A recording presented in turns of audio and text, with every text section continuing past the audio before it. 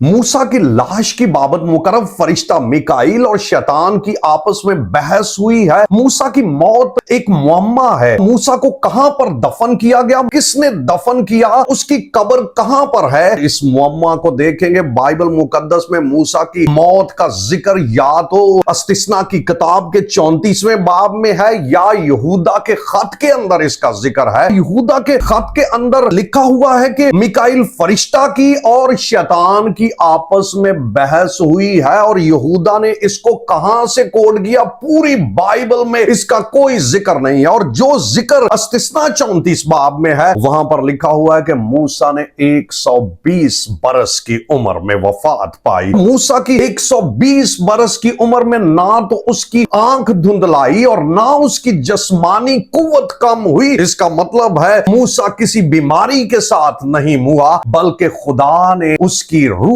کو قبض کر لیا۔ خدا نے مواب کے میدانوں سے کوہ نبو کے اوپر موسیٰ کو بلا لیا پسکا کی چوٹی پر، اور خدا نے اسے جنوب کا سارا ملک اور وادی یرو جو کہ خرموں کا شہر ہے وہ دکھایا۔ خدا نے موسیٰ سے کہا کہ تو اس ملک کو اپنی آنکھوں سے دیکھ لے، پر تو اس پار اب جانے نہیں پائے گا۔ موسیٰ نے مواب کے اس ملک میں خدا کے کہے کے مطابق وفات پائی۔ موسیٰ جسمانی بیماری سے نہیں ہوا، بلکہ خدا کے کہنے کے مطابق ہی مرا ہے۔ خدا نے اس کی روح کو اپنے پاس بلا لیا۔ استثنا کی کتاب اس کے 34ویں باب میں یہ لکھا ہوا ہے، خدا نے اسے مواب کی ایک وادی میں جو بیت فغور کے سامنے ہے دفن کیا۔ عام اموات سے موسیٰ کی موت بالکل منفرد ہے، کیونکہ موسیٰ کو کسی انسان نے دفن نہیں کیا، خدا اسے دفن کرنے والا ہے۔ اس کی قبر بھی آج تک کسی کو